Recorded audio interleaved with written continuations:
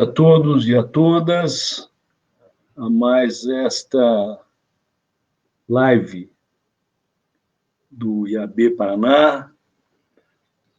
Gostaria de inicialmente agradecer a disponibilidade, a presença dos ilustres palestrantes, assim que deve ser, são palestras. Agradecer também a presença do presidente do IAB Paraná, o arquiteto Luiz Reis.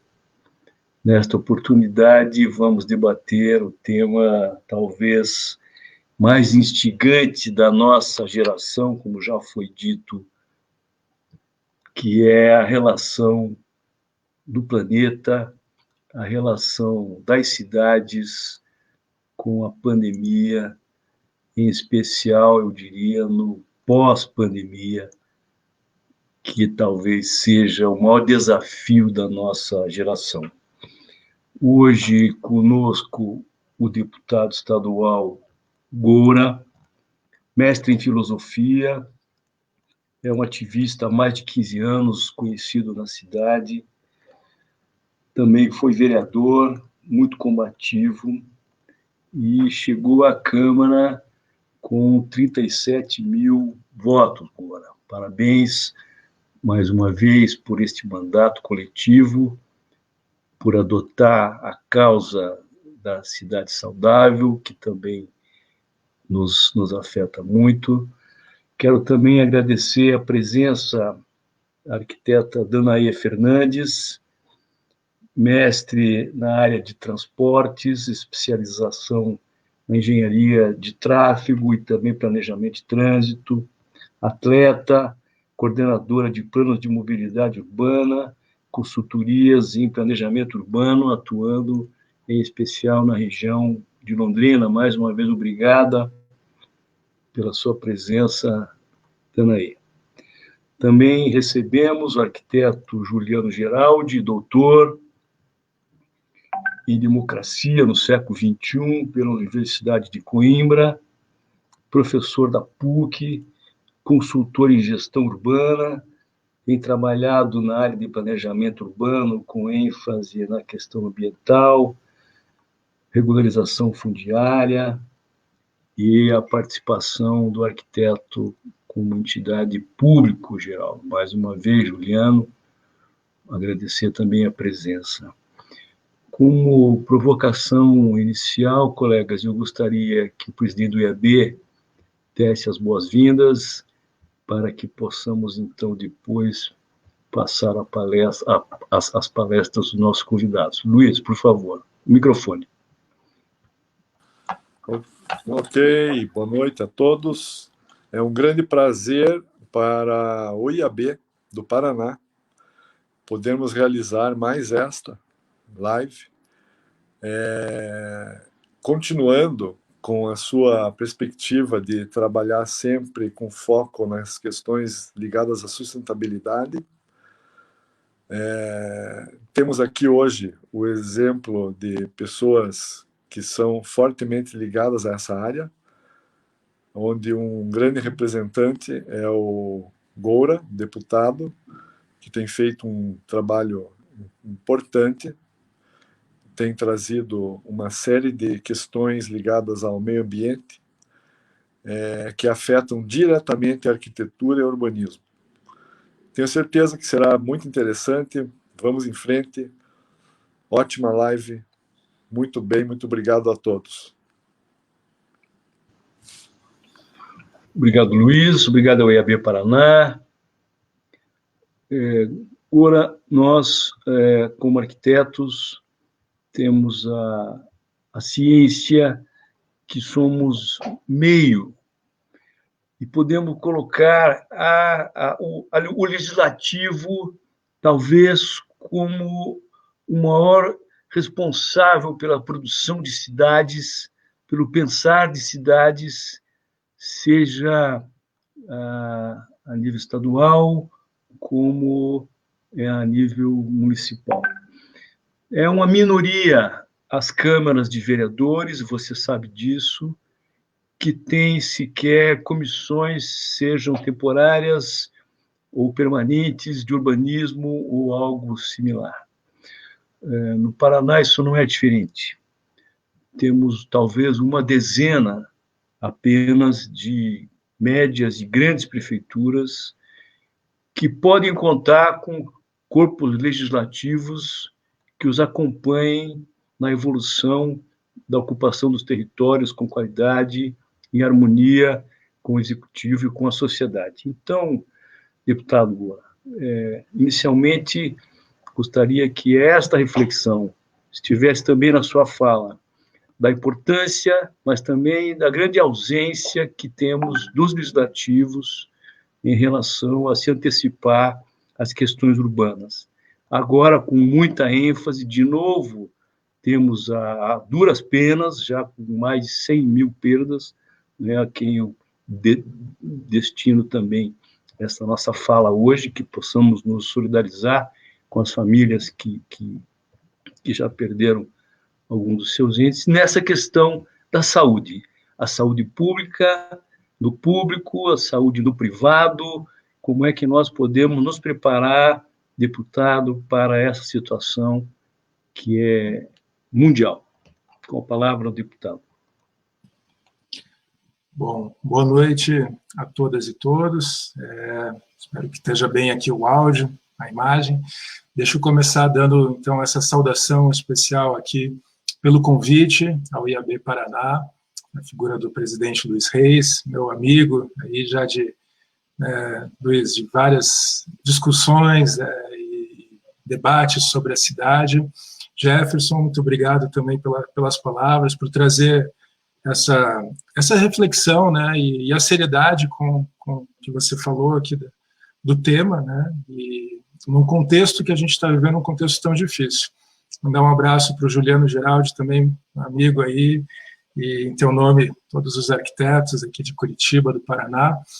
E a Danae, que eu não conhecia pessoalmente, mas que bom que você está aqui, quero ouvi-la, e a gente poder aprofundar essa discussão. Eu acho que, antes de tudo, também, Jefferson, Luiz, você trouxe aqui a lembrança, acho que o Brasil ultrapassou essa marca absurda, né, triste, de mais de 100 mil pessoas que perderam as vidas, famílias que perderam entes queridos, e a gente viu aqui em Curitiba, estou falando de Curitiba, isso está chegando cada vez mais perto de nós, né?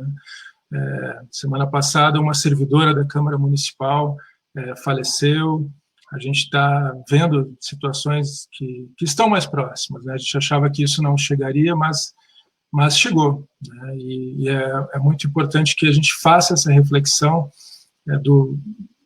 de tudo isso que está acontecendo, né? E como que aqui pensar o urbanismo, pensar a arquitetura, o urbanismo como ferramentas para a gente pensar justamente cidades, o Luiz falou, sustentáveis, né? E aqui eu gosto de fazer a crítica, Luiz, dessa palavra, que eu acho que a própria nomenclatura está muito gasta, né? A gente fala de sustentabilidade e a gente vê como isso é apropriado também pelo próprio marketing das empresas para criar um novo comércio verde, né?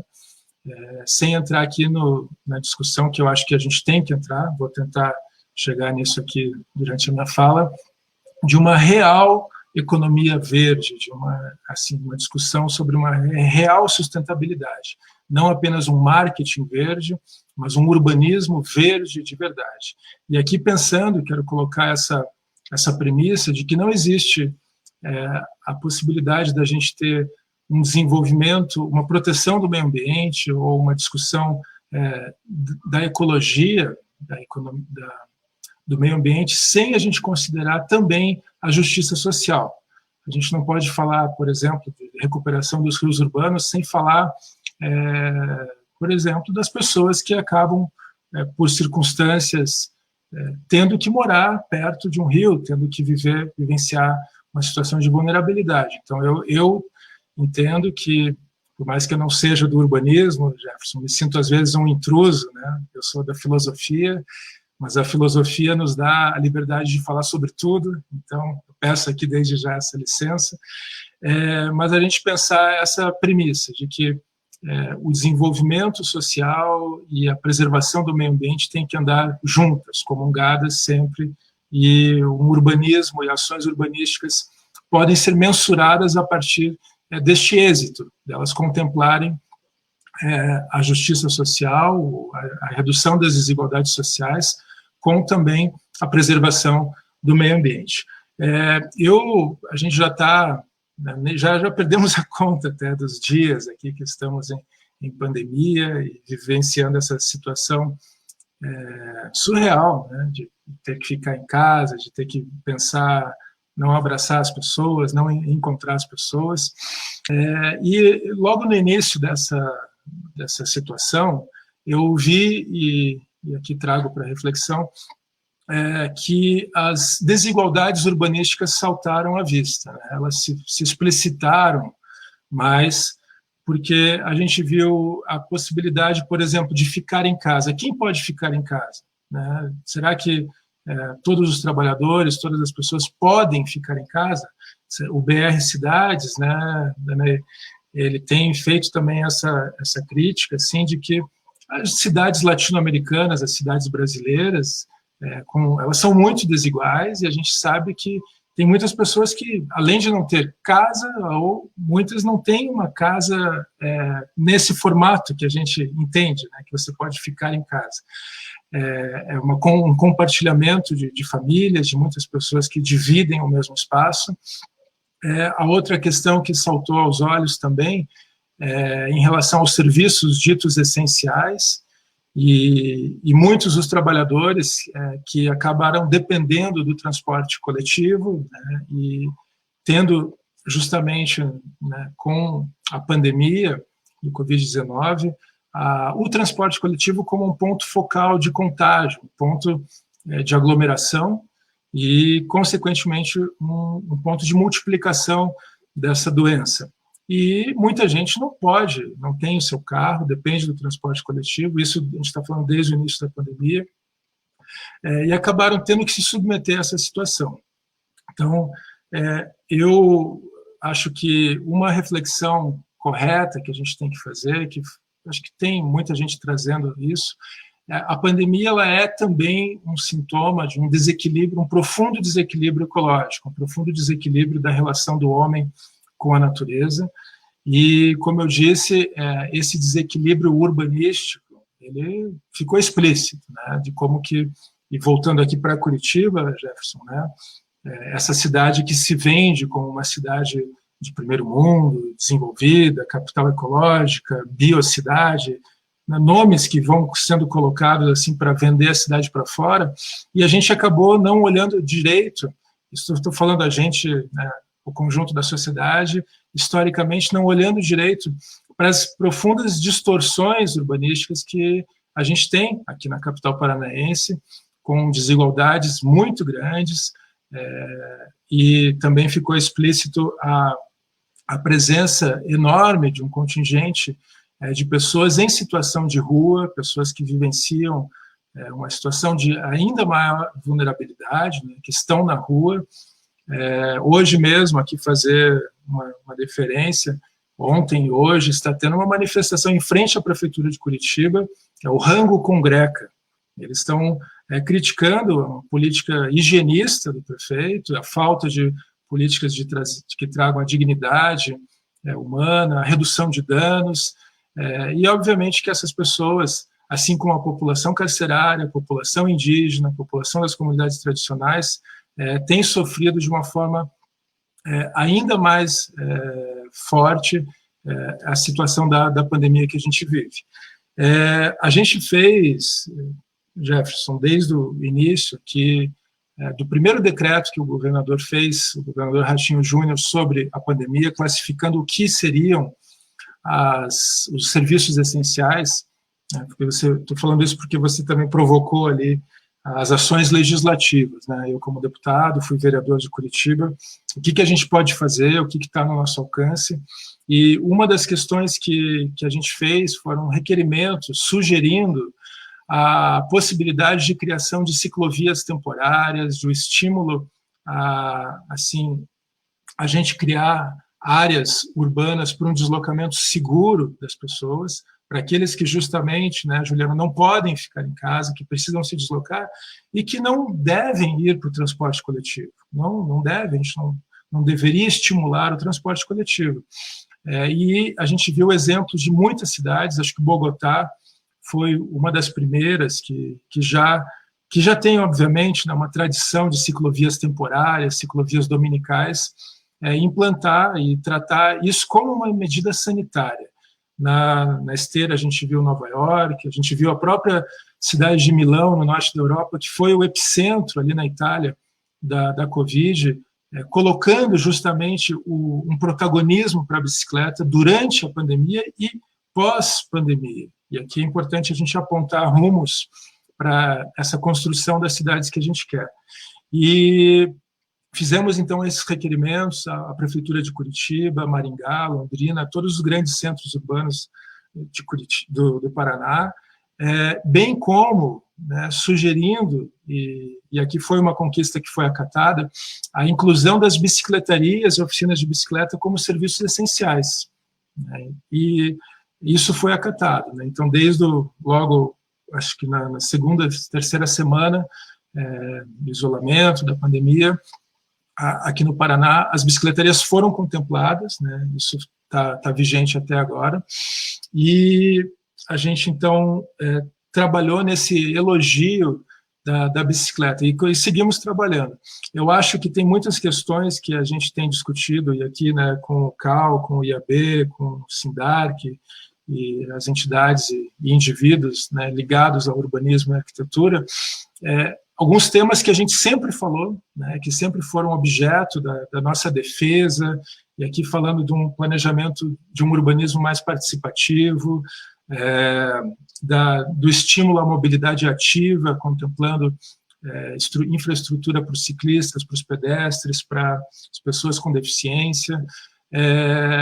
E há outro ponto que eu estava esquecendo, o estímulo e o fomento à agricultura urbana, a gente pensar também as questões do abastecimento das cidades. Isso foram pautas que sempre foram objeto, né, do nosso elogio, da nossa defesa, e que agora, com a pandemia, isso acaba se explicitando, a necessidade dessas políticas públicas fica ainda mais explícita, né? A necessidade da gente pensar seriamente as políticas de mobilidade ativa, as políticas de agricultura urbana, as políticas de abastecimento. E aqui eu lembro, Luiz, né, nós fomos os proponentes na Câmara Municipal de Curitiba da Lei da Agricultura Urbana, uma lei que foi aprovada, e a ideia é o estímulo às pessoas ocuparem os espaços da cidade, a gente ter cidades que produzam alimento, cidades nesse sentido, né, Luiz, realmente sustentáveis, que sejam módulos sustentáveis. E aqui eu quero também, ampliando a reflexão, pensar com todos aqui que Curitiba e as outras grandes metrópoles brasileiras, elas já não estão restritas aos seus limites territoriais. Se a gente falar de Curitiba, a gente tem que falar necessariamente, pelo menos, do núcleo urbano central, dos 14 municípios, quase 3 milhões de pessoas aqui que vivem nessa grande cidade, e, obviamente, que todos os problemas e soluções têm que ser compartilhados, né? Os problemas são compartilhados e as soluções também precisam. Por isso, a necessidade de uma convergência de legislação, uma convergência de discussões. Eu lamentei, Jefferson, quando eu fui vereador, que a gente discutiu a lei de zoneamento, eu acabei me elegendo deputado e não fiquei no ano de 2019, quando a lei foi votada, né? Não participei da votação, mas eu lamentei que Curitiba estava discutindo a sua lei de zoneamento, mas e Campo Largo, e Araucária, e Fazenda Rio Grande, e Pinhais? É ilusão a gente achar que uma boa lei de zoneamento de Curitiba vai resolver os problemas sem conversar com a legislação de todo esse cinturão dessas outras cidades que já estão conurbadas conosco, né? Então, é necessário, sim, e que a gente pense seriamente nessa convergência. Eu lembro, alguns anos atrás, eu tive a oportunidade de visitar Lima, e né, conversando com as pessoas ali, com os amigos, eles estavam me explicando que havia um alcaide dos distritos de Lima, né, Miraflores e outros, e havia o alcaide, o prefeito metropolitano, né, então algumas atribuições que eram do prefeito distrital e outras que eram do prefeito metropolitano. Eu entendo, Luiz, Jefferson, né, e Juliana, que Curitiba, a gente precisa avançar numa discussão séria sobre as políticas metropolitanas, uma discussão muito, muito mais séria, né? Mas esse é só um detalhe aqui. Voltando, eu também quero trazer a ideia assim, de que esse elogio que a gente sempre fez, né, de um urbanismo participativo, do fortalecimento da participação das pessoas nas discussões sobre a cidade, ele poderia ser uma forma da gente buscar soluções para esses problemas. E a gente vê que, infelizmente, aqui em Curitiba, a gente está vivendo um momento em que os conselhos estão sendo esvaziados, o próprio Concitiba, né, o Conselho da cidade de Curitiba, que talvez seja a instância que deveria ser talvez a mais importante de discussão, de trazer à sociedade, ele é completamente dominado por interesses do Poder Executivo, tá? E a gente acaba não tendo uma discussão efetiva. Quero aqui fazer a crítica pública à ausência do IPUC, a ausência do protagonismo desse planejamento, dessa pesquisa nas discussões da cidade. A gente tem visto agora, eu fico até numa posição meio paradoxal aqui, Jefferson, de pensar, porque, por um lado, a gente tem que continuar defendendo o isolamento social. Eu entendo que a gente não tem uma vacina para a Covid, o Sputnik ali, que o governador está abraçando já com, eu acho que uma precipitação, né? A gente deveria esperar os testes todos. Calma aí, me perdi aqui um pouquinho.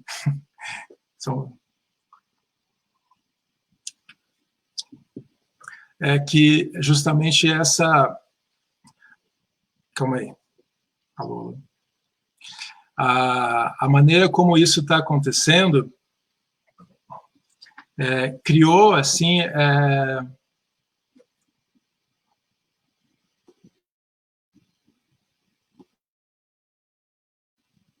Calma aí, gente, perdão aqui. Pronto, voltei. Não, eu estava dizendo que eu me perdi aqui porque eu fui falar do governador que está flertando com os russos para trazer a vacina de forma antecipada, mas a gente não tem a vacina. A importância da vacina. A gente não tem a vacina. E eu estava falando justamente do elogio do isolamento social, ainda como uma maneira da gente resguardar a população, a saúde da população, fazer com que esse contágio não se prolifere tanto. E a gente deveria, eu falei que eu estou me sentindo, né, numa contradição, num paradoxo, porque a gente está vendo já muita gente tratando a situação como se não tivesse uma pandemia acontecendo.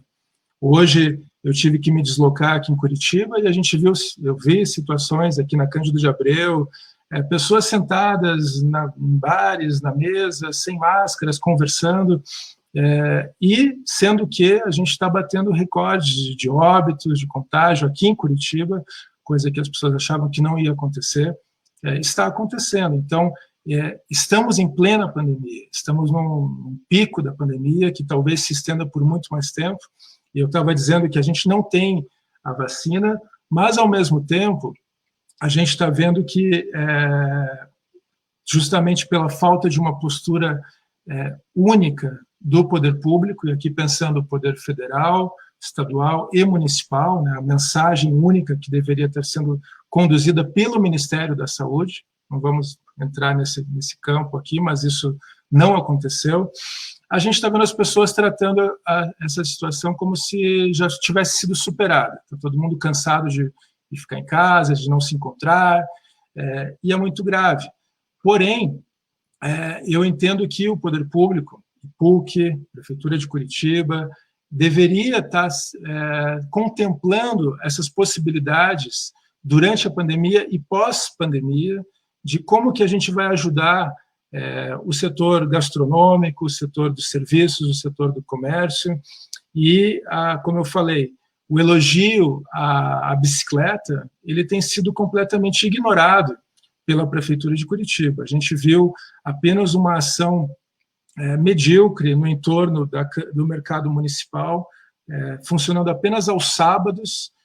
Então, as sugestões e as ideias da gente criar grandes eixos cicloviários, temporários que sejam, mas que emergenciais, melhor dizendo, que podem se tornar permanentes na sequência, isso não aconteceu.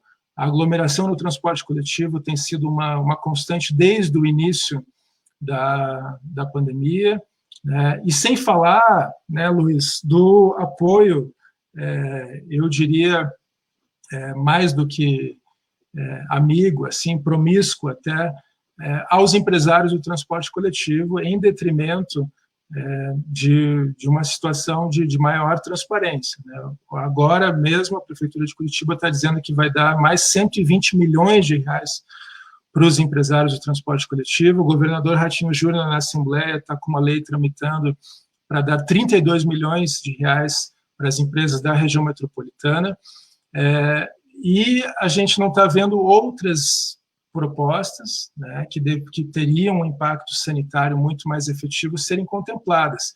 E aqui o outro ponto que eu estava querendo chegar é a ideia para esse setor da gastronomia, dos serviços, a utilização das vagas de estacionamento em frente aos seus locais, os chamados parklets, ou as vagas vivas, como a gente adotou o nome aqui em Curitiba. Tudo isso foi ignorado. E seria uma possibilidade para a gente ajudar esse setor que está sendo tão penalizado, né? A gente está vendo uma série de setores da sociedade que estão sofrendo enormemente. Eu vi agora com tristeza o fechamento do Mikado, um restaurante tradicional aqui em Curitiba. Estava a lei, uma placa para alugar ali. E, enfim, eu entendo que as ações urbanísticas, iniciativas de urbanismo, poderiam ajudar a minimizar esses danos que a pandemia está trazendo, né? Queria também colocar, Jefferson, para a gente discutir aqui, a questão gravíssima da estiagem, da emergência hídrica que a gente está vivendo, né? Não bastasse a pandemia, Curitiba, a grande Curitiba, mas o Paraná como um todo, mas especialmente aqui na região metropolitana e Curitiba, a gente está vivenciando uma situação muito severa.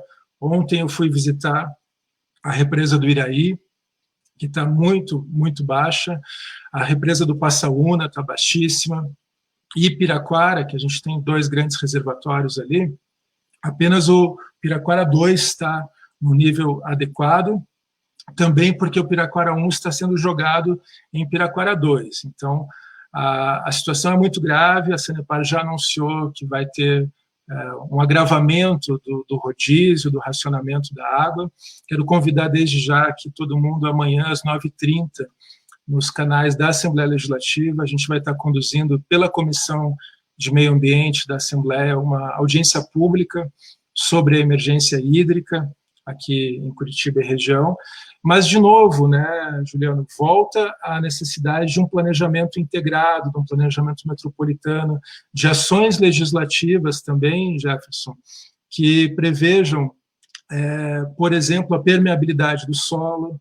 A gente tem visto diversos empreendimentos, grandes empreendimentos, que você vê um estacionamento para veículos, que também, né, temos que questionar esse estímulo ao carro, mas nem vou entrar nisso, mas completamente impermeáveis, né? Tudo asfaltado, e a gente sabe o impacto que isso vai ter. Então, há outras ações para o estímulo às cisternas, a captação da água da chuva, a reutilização. Tudo isso são ações legislativas que poderiam minimizar esses impactos e apontar para uma real sustentabilidade no futuro. Então, fica essa provocação, né, de que a gente convive. Eu falei isso, né, tenho falado, assim, eu estou em Curitiba, mas eu bebo a água que vem de Piraquara. O meu resíduo sólido que eu gero vai lá para a Fazenda Rio Grande. A gente tem essa massa de trabalhadores na região metropolitana e na capital que fazem esse movimento pendular, nessas viagens de casa a trabalho, trabalho-casa diariamente, e isso tudo tem que ser contemplado. Se é que a gente pode falar de algo positivo nessa circunstância que a gente está vivendo, eu acho que pela explicitação dessas desigualdades, talvez a tomada de ações mais radicais, a tomada de ações mais urgentes, a tomada de uma consciência, de uma nova consciência, a necessidade da gente ocupar esses espaços de decisão, de influenciar as políticas públicas.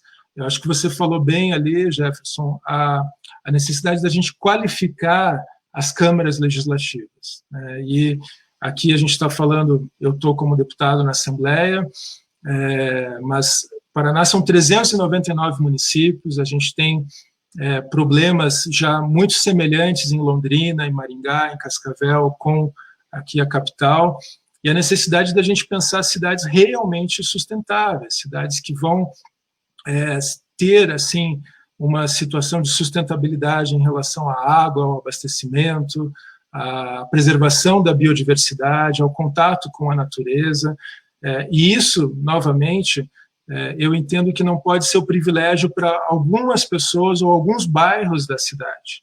A gente tem que entender que as cidades precisam ser menos desiguais, as cidades precisam contemplar equipamentos públicos de cultura, de lazer, para a totalidade dos seus cidadãos. E, infelizmente, a gente vê que isso não acaba acontecendo. Então, é importantíssimo que os vereadores, as vereadoras, os deputados, eles, primeiro, entendam a importância das pautas urbanísticas, das discussões urbanísticas, e, nesse sentido, a importância, né, dos órgãos, das entidades cobrarem, trazerem discussões para a gente. Tem uma discussão que a gente está fazendo desde o início, desde o final do ano passado, com a Comissão de Equidade do CAL, o Conselho de Arquitetura e Urbanismo, sobre cidades para mulheres, né, pensando justamente um urbanismo que tenha esta sensibilidade, né, das mulheres na cidade, que as mulheres sintam-se seguras de estar na cidade. E aqui eu gosto de pensar também a ideia de um urbanismo para as crianças, um urbanismo para os idosos, a gente pensar que se a cidade ela é boa, como diz o Penhallosa, né, ela é boa para criança de 8 anos e é boa para o idoso de 80 anos, ela vai ser muito boa para todo mundo que está entre 8 e 80, né? E esperamos que todos cheguem aos 80, né, que a gente possa desfrutar dessa cidade mais acessível. Nesse sentido também, lembrando, além da crise sanitária, além da gravíssima crise ambiental que a gente está vivenciando, e a estiagem está mostrando isso, os incêndios ambientais, a gente teve agora na BR-277 um incêndio ambiental gravíssimo que resultou na morte, né, de mais de 8 pessoas e dezenas de feridos no engavetamento.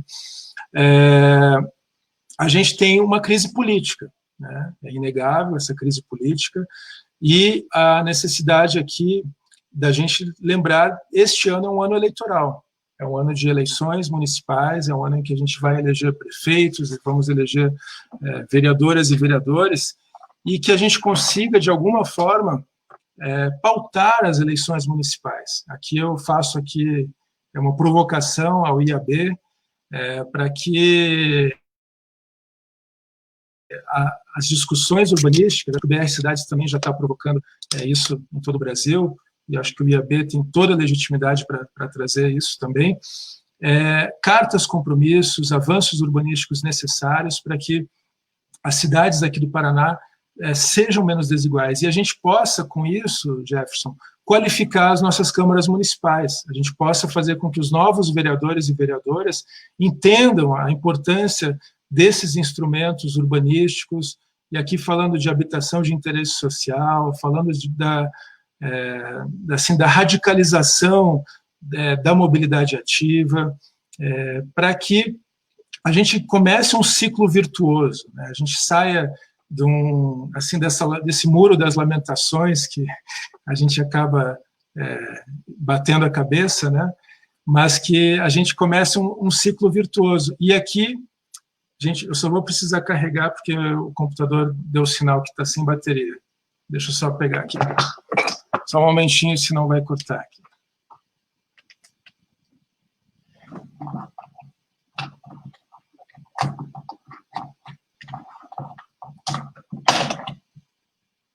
Pronto.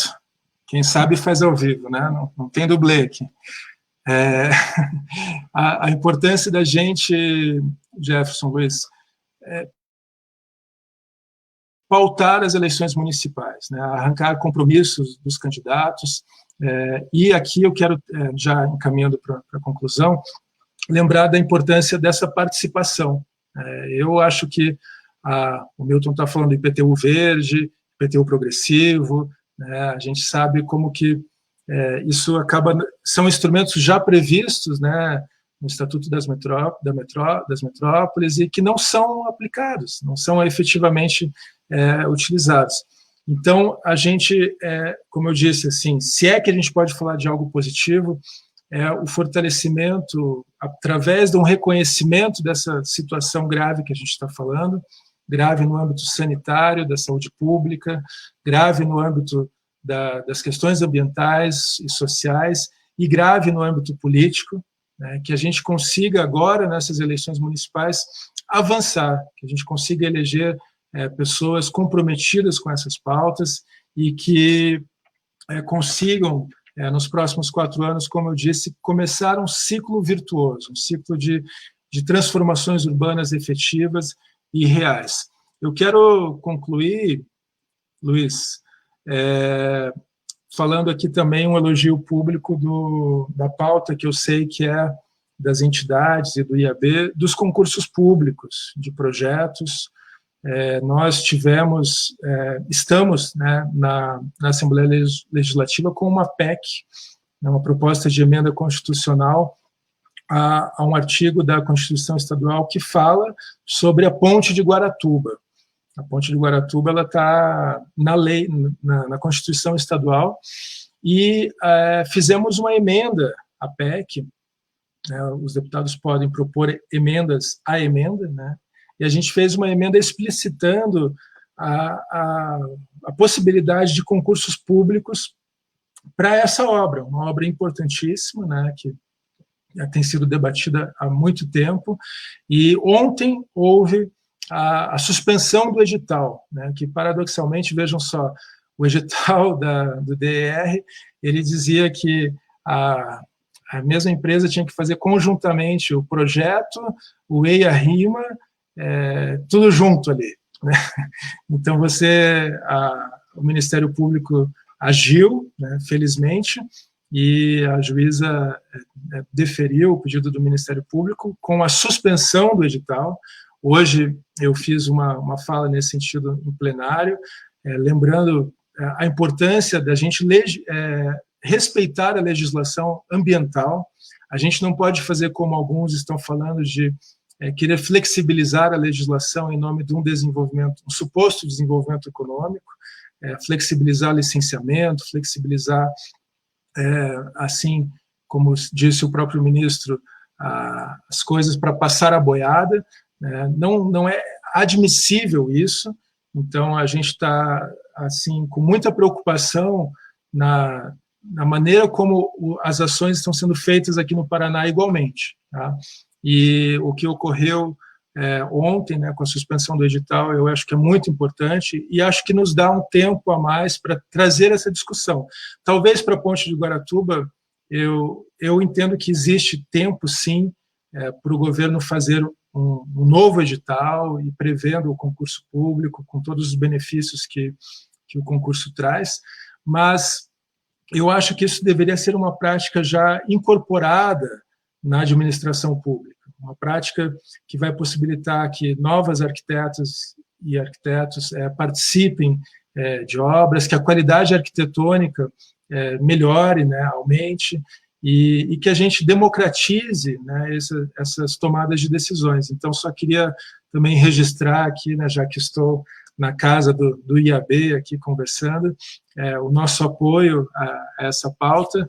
E, enfim, eu entendo que a gente pode pensar cidades sustentáveis, cidades realmente sustentáveis, aliando as preocupações ambientais com as preocupações sociais, e com isso caminhar para uma nova etapa, né? E eu acho que a gente tem que cultivar essa sementinha, essas sementes de esperança, né? Essas possibilidades de que as cidades, assim como nós mesmos, né?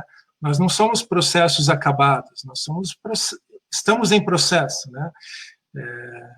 Amanhã é aniversário da minha filha de 11 anos e a gente fica vendo, né, com as crianças, o tempo passando mais rápido, a construção, assim, de que esses papéis que a gente exerce na vida, eles não estão fechados, eles estão em processo, e eu entendo que as cidades igualmente. Eu comecei a ter uma atividade política propriamente dita a partir de um ativismo em prol da bicicleta, isso em 2004, 2005, aqui em Curitiba a gente começou. Nunca imaginei que entraria para a política formal, nunca imaginei que seria eleito, e a gente viu nesse decorrer de mais de uma década Curitiba redescobrindo a importância de políticas cicloviárias, por exemplo.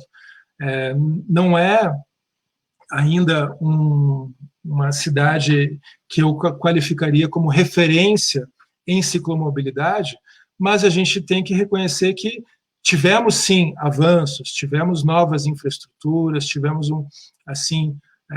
indícios de transformações urbanas. Então, aqui, Jefferson, para concluir de verdade, hoje é o Dia dos Direitos Humanos e eu tenho falado muito de direitos humanos e direitos urbanos. Tá? Eu acho que o direito à cidade, o direito a usufruir da cultura, do lazer, do ócio, das benesses que a cidade nos proporciona, são, assim, é uma luta de todos nós, né, dos arquitetos, especialmente urbanistas, mas é uma luta do conjunto da sociedade. E espero que a gente possa avançar nesse sentido. Agradeço aqui a atenção de vocês, espero ter jogado alguns problemas para a gente discutir. Obrigado. Obrigado, deputado.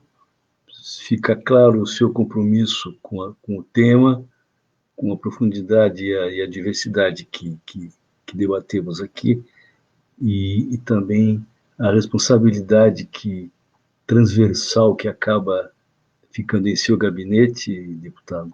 Eu vou insistir em chamá-lo de deputado pela liturgia que acho necessária, do trato com as demais câmaras de vereadores, né?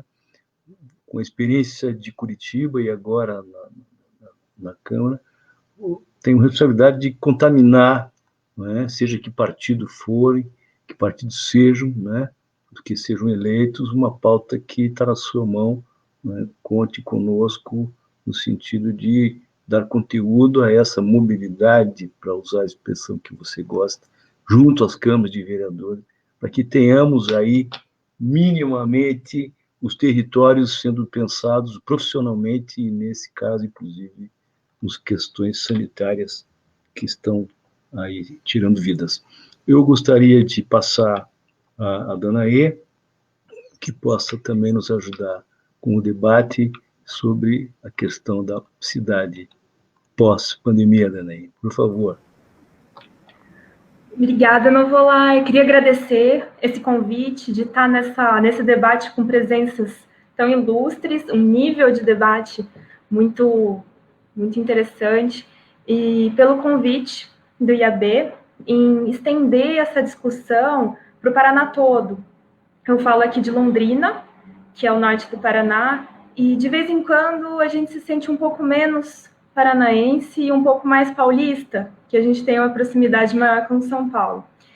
E queria também dizer que eu acredito que nesse pós-pandemia as mulheres vão ter um papel importante, porque na nossa essência existe o cuidar. E é um momento que o nosso planeta precisa ser cuidado.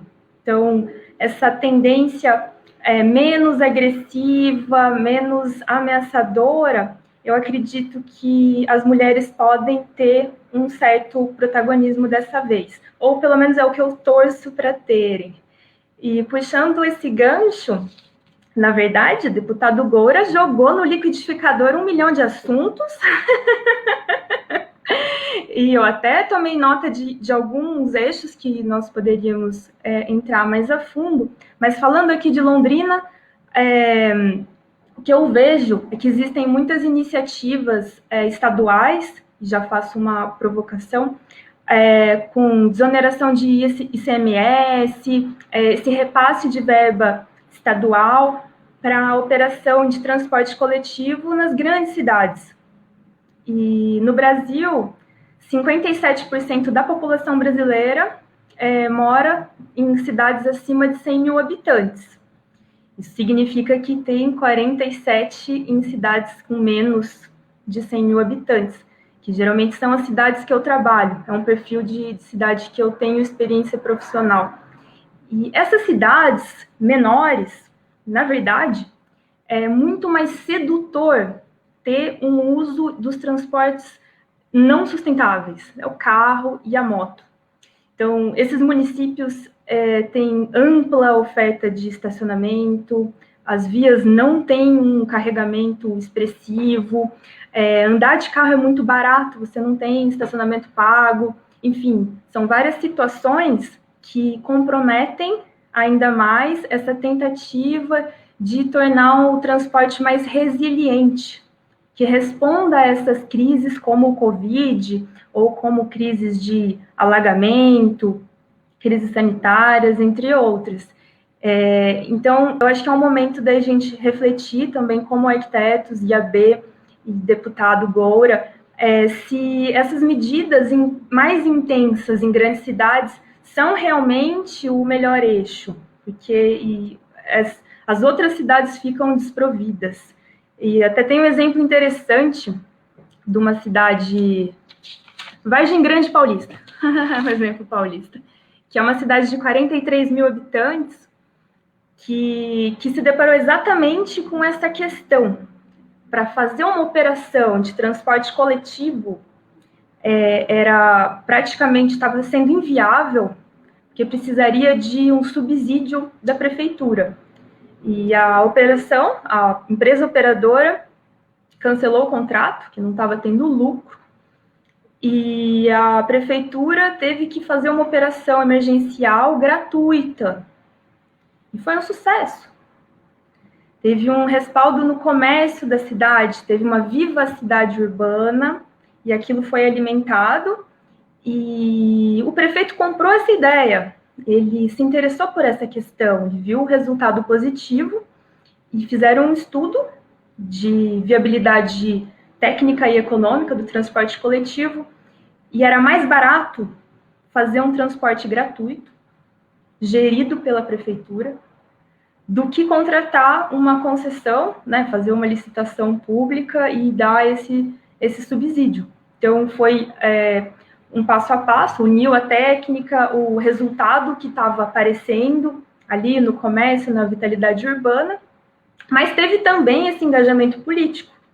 De certa forma, eu fico muito surpresa que as pautas dos candidatos não sejam todas urbanas. Eu acho incrível a pauta do deputado Goura, que é realmente uma pauta urbana, o Antônio, aqui de Londrina, que vai ser candidato a vereador, me procurou uns dias atrás, e ele tem uma pauta urbana, e fiquei muito feliz.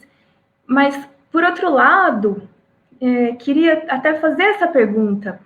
Fiquei feliz com a pauta urbana do Antônio, porque é diferente. Por que isso não é hegemônico? O Brasil urbano, por que não todos os políticos deveriam estar falando dessa pauta? E eu fiquei pensando se isso não tem a ver também com esse esvaziamento que o deputado citou, dos órgãos dos institutos de planejamento, né, dessa retirada do IPUC, esse sucateamento que está sendo sentido nos institutos de planejamento no geral, e se isso é uma tendência da população, de se retirar dessa discussão urbana, que na verdade deveria ser o epicentro de todas as discussões. É nas cidades que a gente pode mexer com sustentabilidade, com desigualdade, e reverter isso para o contrário, né? Aplicar essa justiça social, aplicar esse desenvolvimento sustentável, essa inteligência urbana. E também o deputado falou um pouco dessa questão, você viu que eu já fiz uma pergunta, né? Falou um pouco da questão metropolitana. Então, ao citar essa recuperação dos rios urbanos, que a água que bebe em Curitiba, no rio não nasce em Curitiba, o Piraquara, que também tem a ver com a questão dos transportes coletivos, essa entidade metropolitana, ela é sufocada até pelo nosso arcabouço legal, né? Então, como a gente pode, e agora é uma provocação coletiva, como a gente pode falar de redução de desigualdade urbanística se ainda existe esse pensamento do plano diretor municipal? Sendo que a gente já tem conurbações de aglomerados urbanos de muitos municípios. Aqui na região norte do Paraná tem um município que tem um dos melhores índices IDHM, é um município que também segue a linha de Curitiba e faz um city marketing muito forte, de cidade sustentável, inteligente, porque teve vários processos de desfavelamento e esse município expulsou a população mais pobre, que foram para as cidades conurbadas vizinhas. Então, você tem ali, se você fizer um mapa de IDHM, você tem um município com um ótimo IDHM e os vizinhos são péssimos, né? E se a gente tivesse essa gestão metropolitana, isso seria de alguma forma evitado, porque teriam normas para se tratar desses assuntos. Hoje é bastante prático, né? Como gestor público, você expulsar os seus problemas além do seu limite municipal. Você não vai ser penalizado por isso e fica só na consciência particular de cada gestor. Nesse sentido, o transporte coletivo também entra, que aqui eu estou em Londrina, conurbado com Ibiporã e Cambé. Londrina recebe ajuda de desoneração de CMS, mas Cambé e Ibiporã não. Então, são assim, lacunas de sentido que eu queria colocar. E ainda que o transporte coletivo não é a única pauta. Aqui em Londrina, uma das primeiras respostas de legislação à pandemia foi a proibição de áreas públicas e ciclovias.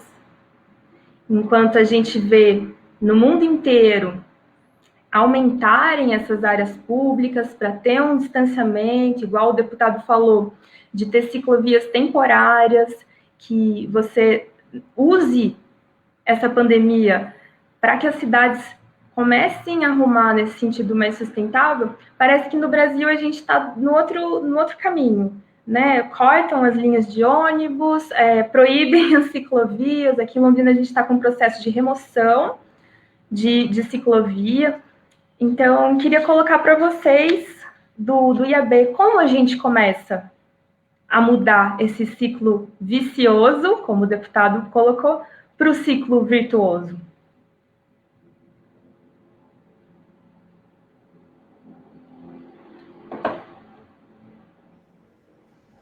Muito bem, Daniela. Vamos construir essa resposta coletivamente.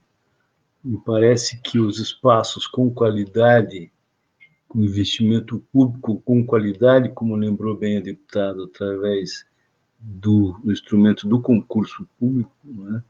É uma ferramenta que está em vigor Recentemente, Guaratuba, uma microcidade, promoveu um concurso público nacional com dezenas de participantes.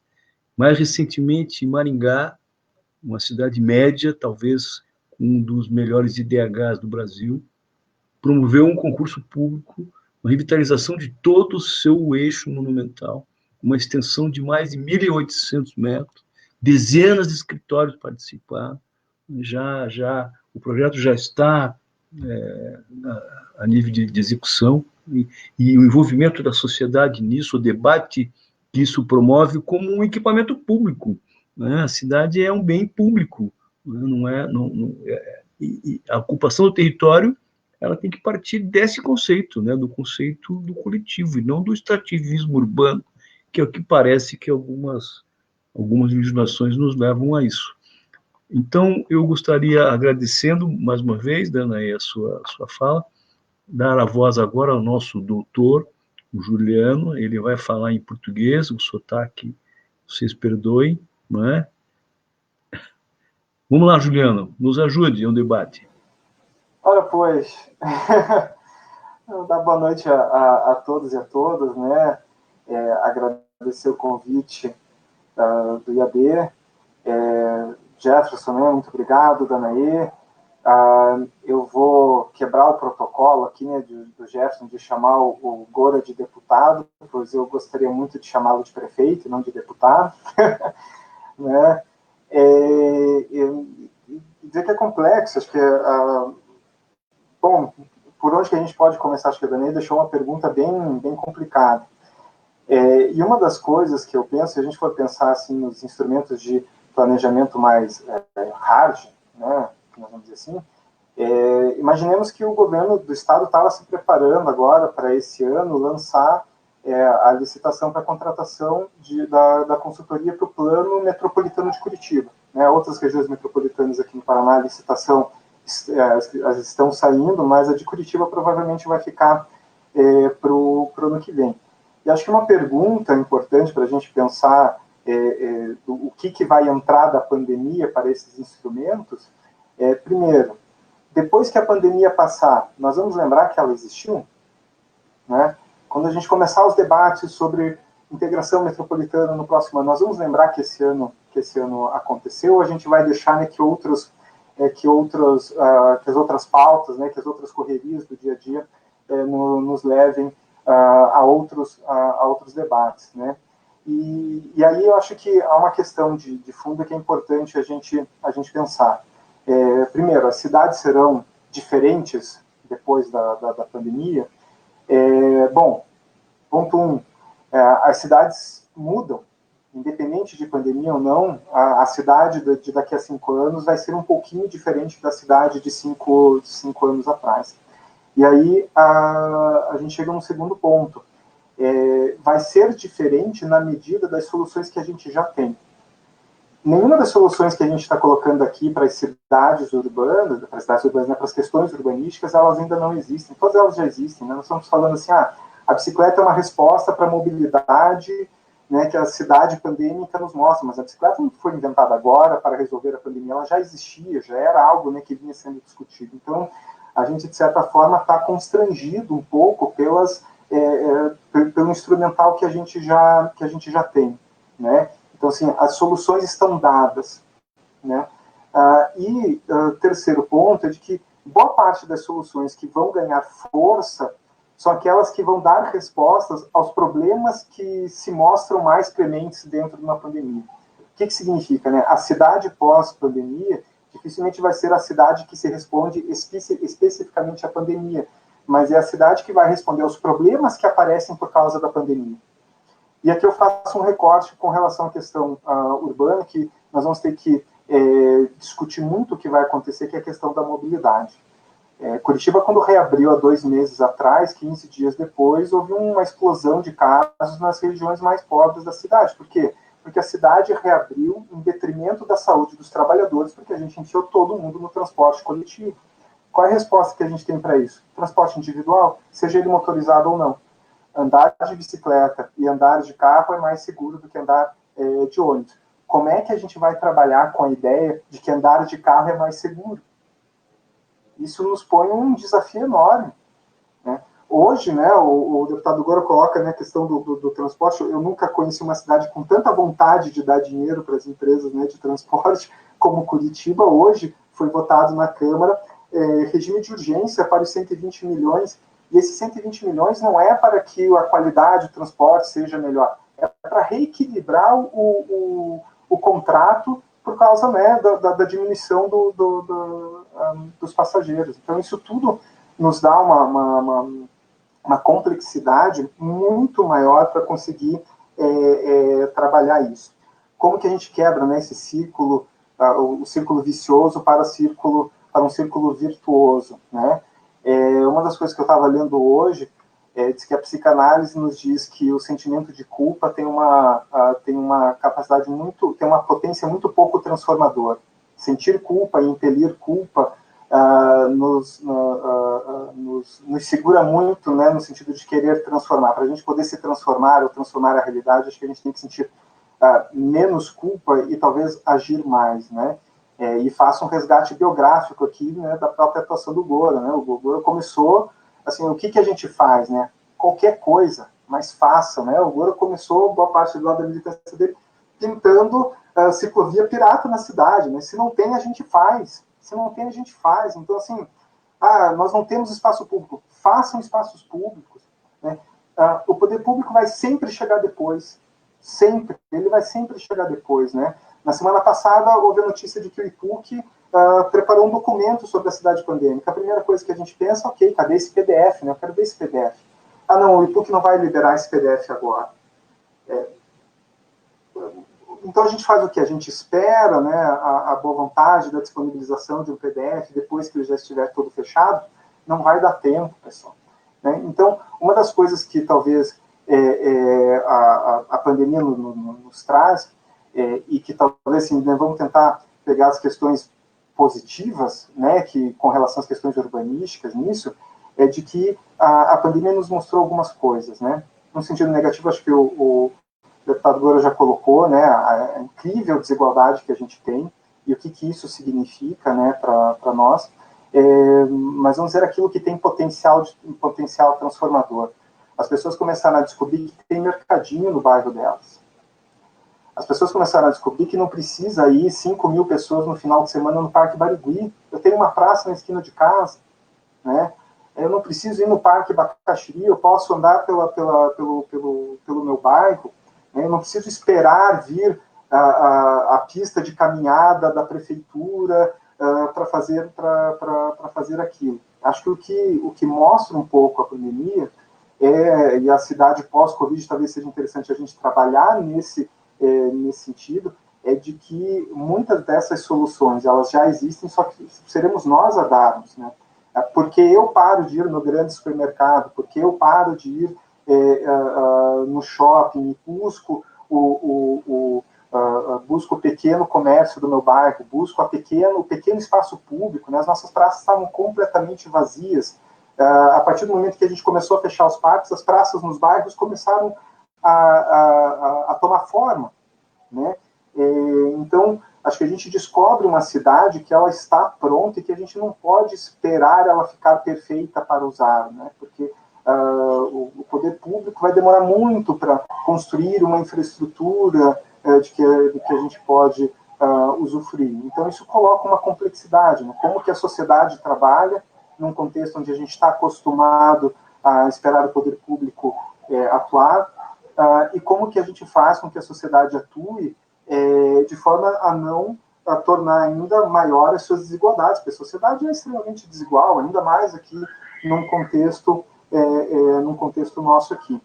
E eu lembro uma coisa, né, o Gora falou da filha dele, né? Eu lembro, a minha filha, uma vez nós tínhamos ido na Praça Oswaldo Cruz, minha filha é um pouquinho mais antiga, vamos dizer assim, né, já está com seus 16 anos, mas isso, ela tinha menos de 10 anos, e quando a gente estava sentado, daqui a pouco ela virou para mim e disse assim: pai, mas essa praça é perfeita, né? Eu falei: mas por quê, filha? Por que Oswaldo Cruz é perfeita? Pai, quem quer namorar, senta num canto e namora, quem quer ficar andando em volta, anda, quem quer jogar bola, joga bola, quem quer brincar no parquinho, brinca no parquinho. Né? A cidade perfeita não é aquela que tem o desenho perfeito. A cidade perfeita é aquela onde as pessoas conseguem usufruir, né? E como boa parte dessas respostas nós, a princípio, já temos, acho que é uma questão assim do agir, né? Do agir, do fazer. Né? Esses dias eu vi as questões de aglomeração, eu vi uma coisa interessante, que, óbvio, é o contraditório dessa questão, porque, ao mesmo tempo que a gente não quer aglomeração, eu vi uma coisa que era interessante, apesar de ser uma aglomeração. Eu fui no Bosque Ambiental, aqui perto de casa, aqui, então eu moro no Jurerê, e estava tendo um aniversário no bosque. Quando que isso aconteceria se não fosse a pandemia? As pessoas estariam dentro de um salão de festa, nos seus condomínios, dentro da sua casa, exatamente para evitar um pouco, né, aquela coisa de estar todo mundo fechado no lugar. Talvez não fosse ainda o momento, né, de fazer uma festa de aniversário, eram poucas pessoas, mas mesmo assim, aproveitar o espaço público da forma que a gente consegue. Né? Se a gente esperar uma resposta, se a gente estiver mais preocupado em impelir culpa, a transformação não vai vir.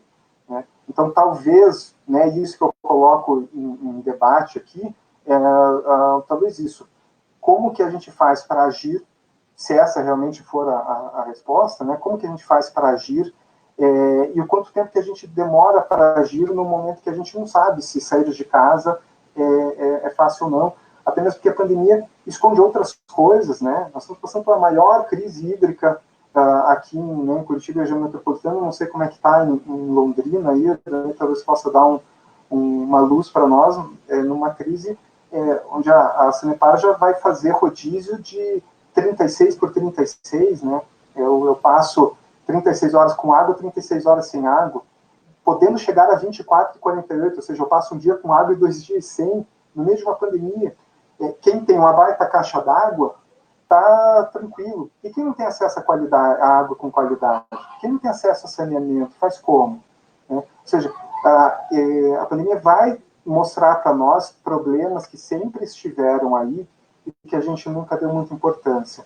A resposta que nós vamos dar a esses problemas são respostas que elas já existem, mas que talvez a grande dificuldade seja como que nós vamos articular isso no momento em que a gente não vai poder ficar esperando uma solução perfeita vindo de um ente que tem uma resposta, que tem uma demora de resposta, que é o ente público, né? Infelizmente, o tempo, né, do Estado é outro do que o da sociedade, por isso que as grandes inovações vêm da sociedade, não do Estado. O Estado ele vem depois consolidando aquilo como algo aceitável, né? Porque as pessoas andam de bicicleta, é que a gente pede por ciclovias, né?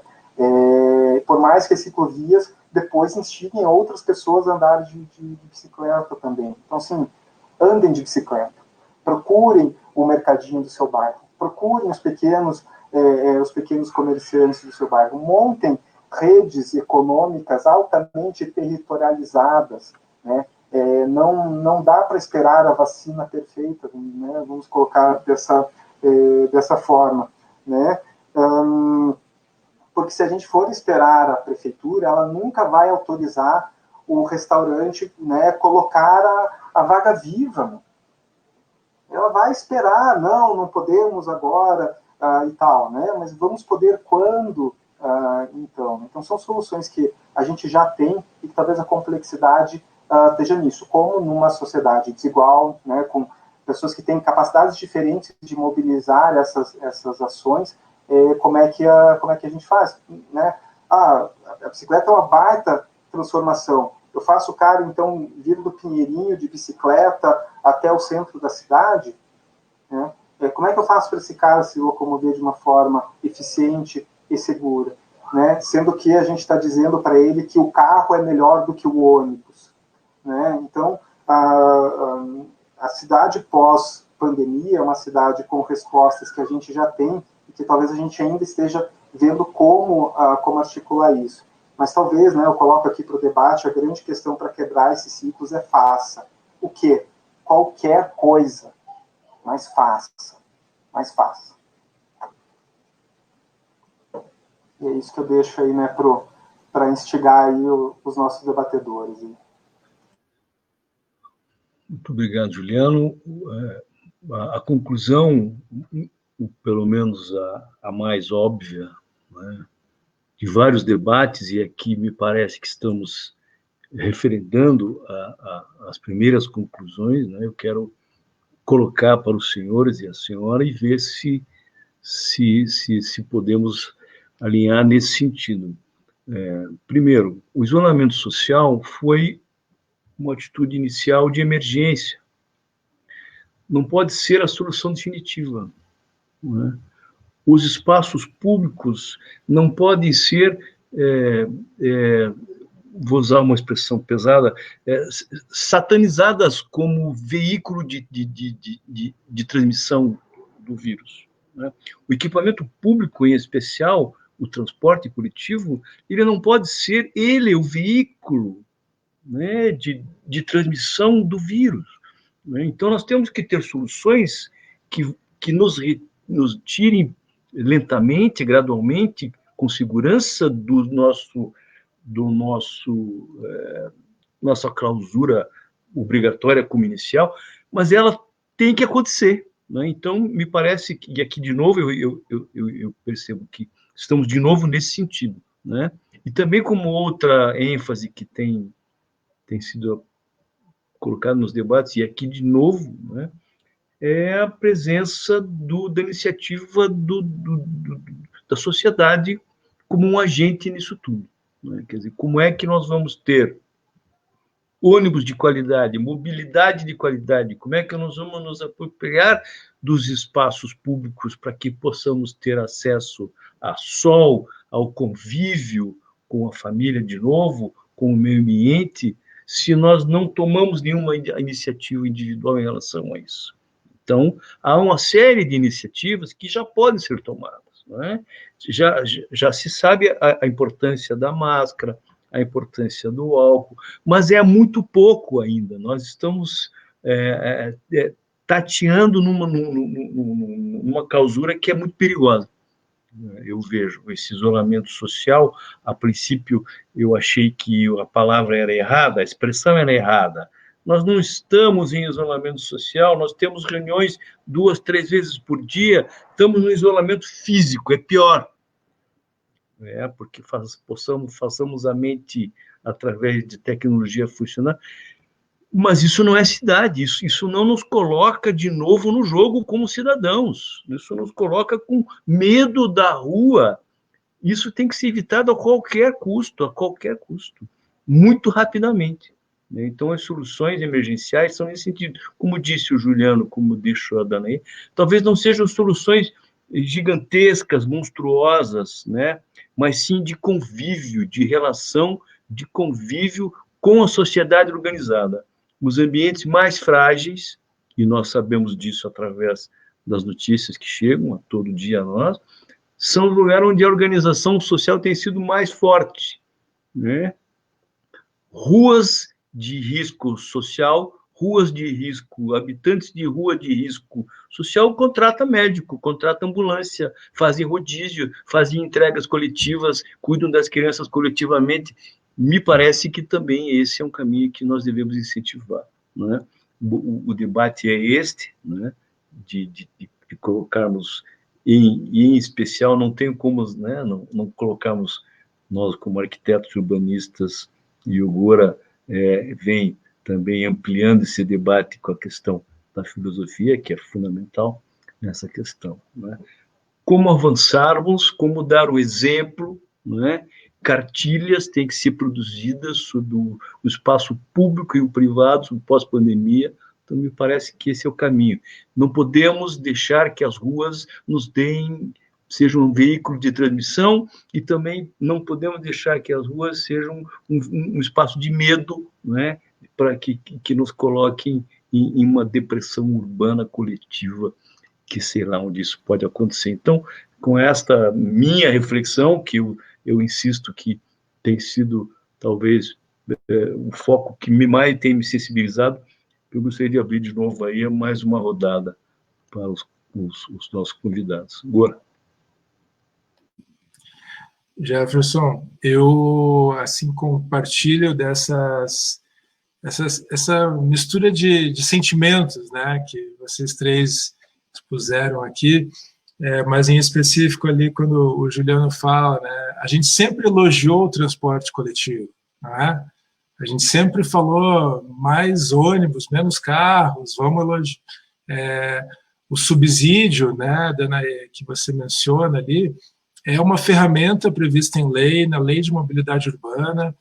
Fala-se do subsídio como uma forma de você fazer com que até esse ideal, não fala isso na lei, mas eu estou falando aqui, o ideal da tarifa zero, do passe livre, que você mencionou da cidade paulista, que isso seja alcançado. Então, a maneira como a gente pode estimular que mais pessoas usem o transporte coletivo e deixem, né, Juliano, consequentemente de ser carro dependentes, né, o subsídio é uma ferramenta. E a gente se coloca agora nessa situação, né, de que a gente sempre elogiou o transporte coletivo, mas ao mesmo tempo a gente está falando para a galera agora, e com razão, né, se der, não vá de ônibus, né, se for possível, deixe de usar o ônibus. Então, é uma situação difícil. Eu queria focar um pouquinho aqui sobre o subsídio, porque o Juliano colocou ali, eu dei risada, né? Nunca vi uma cidade que gosta tanto de dar dinheiro para os empresários. A gente já tem, com esses 120 milhões que o Greca está dando agora, quase 500 milhões em 4 anos, sabe? Sem nenhuma contrapartida, que daí, assim, a gente poderia pensar, poxa, 500 milhões e a tarifa vai abaixar? A tarifa vai ficar mais acessível? Não, né? A gente teve, logo no início da pandemia, a redução da frota, ou seja, aumentou a aglomeração, a gente teve esses recursos indo para as empresas do transporte sem a contrapartida de redução da tarifa, sem a contrapartida de outras benesses para os usuários, né? E essa é a crítica que a gente faz, Jefferson, que a ausência de um Conselho Municipal de Transportes, uma instância que, junto com a Câmara Municipal, deveria fiscalizar, assim, colocar a lupa ali no transporte coletivo, no cálculo tarifário. Cadê? Né? Não está. Enquanto eu fui vereador, a gente tentou fazer CPI, a gente tentou fazer uma série de questões ali para aumentar essa transparência e a base governista sempre derrubando. A gente está com um projeto de lei, Danae, tramitando na Assembleia Legislativa, e eu convidei o deputado Tercílio Turini, que é da região de Londrina, o deputado Márcio Pacheco de Cascavel, o deputado Amabel de Ponta Grossa, o deputado Evandro de Maringá, para que assinassem conosco, que é um projeto justamente que visa regulamentar a maneira pela qual o subsídio que o governo do Estado dá ao transporte coletivo seja feito de forma isonômica, seja feito pensando não apenas Curitiba e região metropolitana, mas também os outros centros metropolitanos do Estado do Paraná.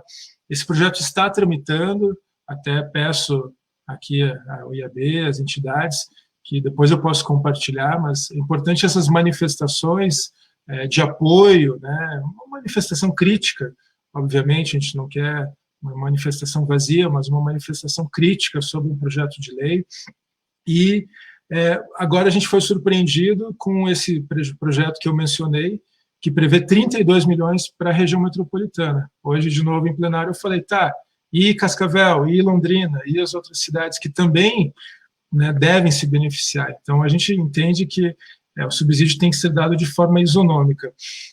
Eu queria, depois, aqui, né, passando na sequência para a Danae, que ela falasse qual é a cidade, ela deixou no mistério, a cidade que faz o city marketing, não falou qual é, eu fiquei pensando aqui, e a gente tem, você falou, né, ela retirou os pobres da cidade, uma cidade, né, classe média alta.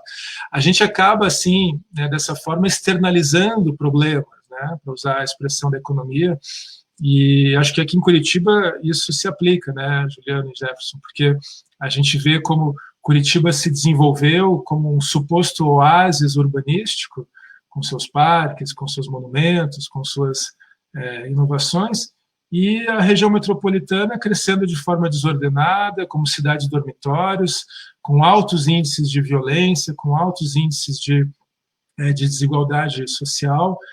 A gente pega um município como Itaperuçu, como Almirante Tamandaré, Rio Branco, que acabaram se tornando cidades dormitórios, né, para atender a população assim, de Curitiba, os serviços de Curitiba.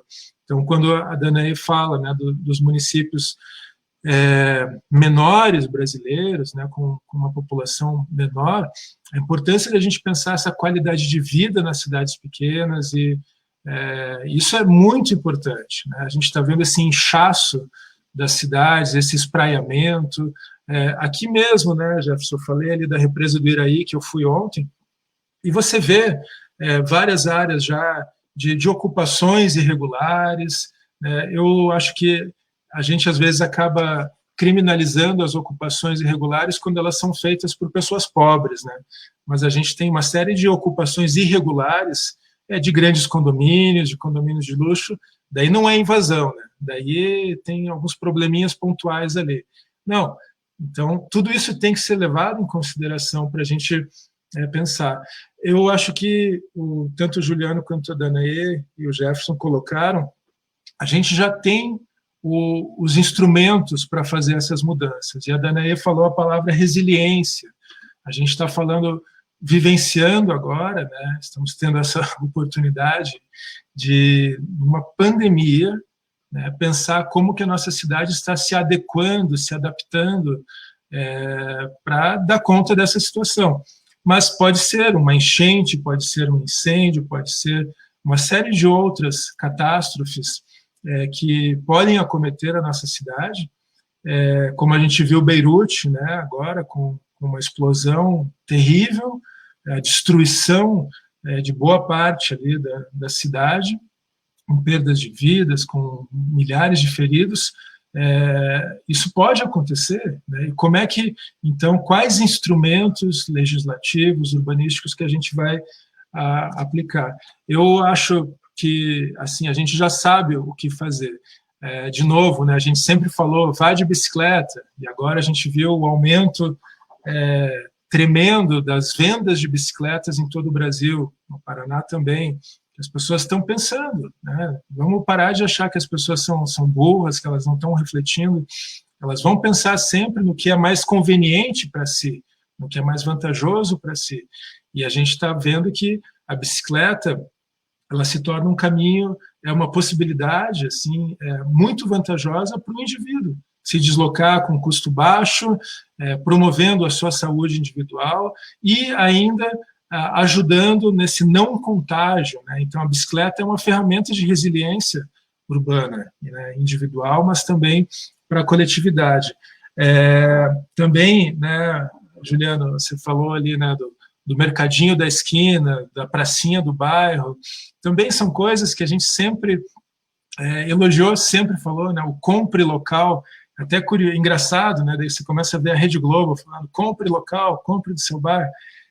Esse discurso, que era um discurso muito alternativo, ele acaba ganhando agora uma proporção muito maior. Eu espero que algumas questões que estão surgindo aqui, elas tenham uma consolidação, né? Então, a bicicleta, a ideia do consumo local, de comprar local, da resiliência, como eu falei antes também, da agricultura urbana, do abastecimento. E aqui, assim, a gente, de novo, né, na tua pergunta, como é que a gente sai desse ciclo vicioso e vai para um ciclo virtuoso? Eu acho que é o que o Juliano falou. Vamos fazer, né, vamos ocupar, mesmo que para isso você acaba transgredindo certas normas, certas leis, mas tendo em vista a necessidade coletiva e social que a gente passa. Eu entendo, eu concordo com o Juliano quando ele fala de que o Estado ele tem esse delay, né? Assim como a gente está aqui na transmissão, mas chega lá no Facebook com alguns segundos. Também, né, a sociedade age, o Estado acaba vindo atrás, regulamentando. Porém, eu acho que, de novo, a importância da gente aumentar esse nível crítico de participação, as instâncias de participação, as instâncias de discussão sobre a cidade, para que a gente também reverta isso, para que o Estado não seja só esse que vai chegar e acomodar, meio criando um Frankenstein, assim, mas que ele seja o indutor de transformações. Então, no caso, a gente está vendo aqui, o Milton comentou sobre o banho de asfalto que Curitiba está tomando, né, com recursos que estavam represados na gestão anterior, porque o prefeito de Curitiba, o governador do estado não gostava do prefeito de Curitiba, então os recursos não vinham para Curitiba, e agora, né, abriu a torneira do asfalto. E a gente não está contemplando com isso ruas completas, a gente não está contemplando calçadas, passeios adequados, infraestrutura cicloviária. O custo de uma infraestrutura cicloviária, Jefferson, é infinitamente mais baixo do que você simplesmente fazer ruas pensando somente no automóvel. A gente está falando de um custo baixíssimo. E a possibilidade, assim, de, em poucos anos, numa gestão de 4 anos, a gente ter um plano de calçadas, junto, obviamente, proprietários, empresas, poder público, mas para que a gente tenha calçadas, tenha passeios, e a gente tenha uma infraestrutura cicloviária conectando, aqui no caso de Curitiba, os 4.400 quilômetros de ruas que nós temos. O ciclista, no Código de Trânsito, ele pode andar em todas as ruas, né? Mas você vai deixar a tua filha andar na José de Alencar, ali, Juliano, perto da tua casa? Sabe? Não. Mas por que não fizeram na Atílio Bório ali uma ciclovia? Pelo contrário, transformaram ela num binário de novo ali, sabe? Aumentando a velocidade, aumentando a insegurança. Mas a Atílio Bório poderia ter uma ciclofaixa muito boa, adequada, e a gente conseguiria daí dar uma razão para o poder público sugerir para o ciclista não andar na José de Alencar, porque é uma via com uma velocidade maior, etc. Então, as ferramentas já estão aí, e o que cabe é a gente fazer essa sensibilização, essa cobrança do poder público. Queria perguntar para o Jefferson também, falar um pouquinho, porque me chamou a atenção, você disse que Guaratuba teve um concurso público, né, e eu fui criticado hoje, justamente por um deputado da região de Guaratuba, por trazer a pauta do concurso público, como se o concurso público fosse uma extravagância, fosse uma questão que só vai aumentar, assim, atrasar ainda mais a obra. E daí eu fiquei curioso para você me dizer aqui qual que foi o concurso que o próprio município de Guaratuba fez. E eu queria também, né, colocar aqui que talvez, né, Juliano e Jefferson, há necessidade dessa pedagogia, dessa didática do urbanismo para os políticos. Tá? Os políticos precisam entender. Por exemplo, eu vi hoje já o líder do governo dizendo que vai encaminhar contra a emenda do concurso público. Por quê? Porque sou eu, um deputado da oposição, que estou apresentando, e eu quero atrasar a obra que o governo quer fazer com pressa, atropelando, inclusive, a legislação ambiental. Não é isso, né? Então, eu acho que os vereadores, os prefeitos, eles precisam conhecer melhor os instrumentos urbanísticos, e aqui, né, jogando para os urbanistas essa tarefa, né, essa tarefa didática, essa missão aqui de educar os políticos nas ferramentas urbanísticas. Eu passo a bola aqui para o próximo. Aqui. Não posso deixar de comentar, dando a resposta, a Praça Central de Guaratuba, um sítio histórico relevante, com tombamento, foi a motivação de um concurso público nacional, e digo mais, com recursos da Caixa Econômica Federal. Né? Nós tivemos 2 grandes desafios de fazer a Câmara de Vereadores, de fazer a pequena estrutura administrativa do município, a quem eu sempre vou elogiar, né? A convencer a sociedade organizada que o concurso público era a melhor solução para a revitalização daquele espaço. O prefeito entendeu, deixamos ele com um problema sério na mão, quando dissemos que os recursos eram da Caixa Econômica, e a Caixa Econômica não costuma, ou não costumava, contratar projetos e obras através de concurso público, E assim se fez, se convenceu, se incluiu a representação da Caixa Econômica na comissão de organização do concurso. Rapidamente se viabilizou. Foi muito mais rápido do que se fizesse uma licitação pública. Então, está lá executada a obra, né? Com placa de inauguração e tudo. O prefeito foi muito ágil, prova, né, que quando se tem boa vontade, a prefeitura consegue. O outro exemplo que eu citei também, Maringá, uma prefeitura que tem uma estrutura administrativa de porte elogiada em todo o Brasil, percebeu rapidamente, né, através do IAB. Eu tenho que dizer, o IAB é que tem essa bandeira, né, como uma bandeira talvez a mais longeva e a mais importante que ele carrega, e às vezes sozinho, né, em relação à importância do contrato, do trabalho intelectual por qualidade. É o que diz a lei. A lei diz que projeto é trabalho intelectual. E a lei diz que trabalho intelectual tem que ser contratado por qualidade, não por preço. Né? Há uma mística que o menor preço se sobrepõe à melhor qualidade. Isso é uma balela. Né? Recentemente, para poder, de novo, devolver a fala aos senhores, eu estou falando demais, o Instituto Patrimônio Histórico Nacional, na sua Superintendência Paraná, também promoveu um concurso público extremamente complexo, de um anexo a um museu tombado, com 3 tombamentos, onde a motivação veio do Ministério Público, da Advocacia Geral da União, provocada, um procurador de destaque, escreveu 3 laudas dizendo que sim, é importante que se faça a escolha de projetos, em especial aqueles com recursos públicos, através do critério de qualidade. Esse é um documento que tem circulado no Brasil inteiro. Eu vou fazer chegar a você agora, né, para você poder usar como argumento aos seus pares na Assembleia. Mas o que eu quero retomar, o concurso, sem dúvida, ele já está acontecendo também com essa motivação, agora. Existem estados que estão fazendo pequenos concursos de pequenos equipamentos públicos, né, para cidade com pandemia. Né?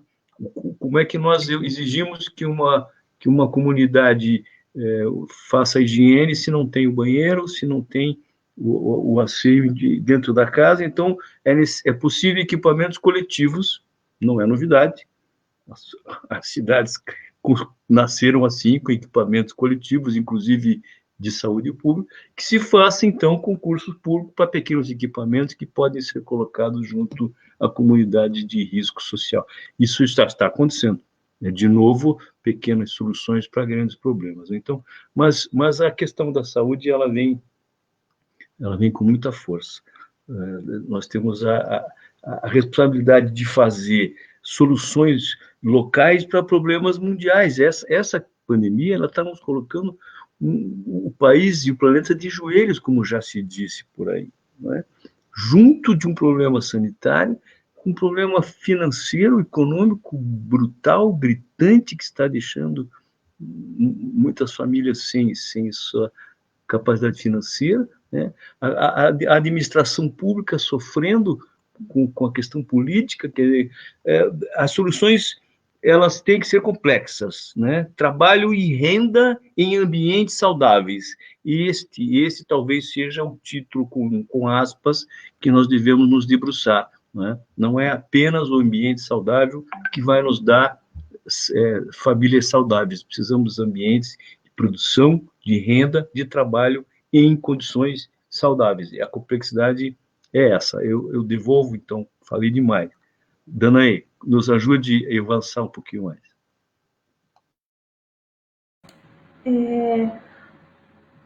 Na minha percepção, tanto Jefferson, deputado, quanto o Juliano falam dessa necessidade de capacitar as pessoas urbanisticamente.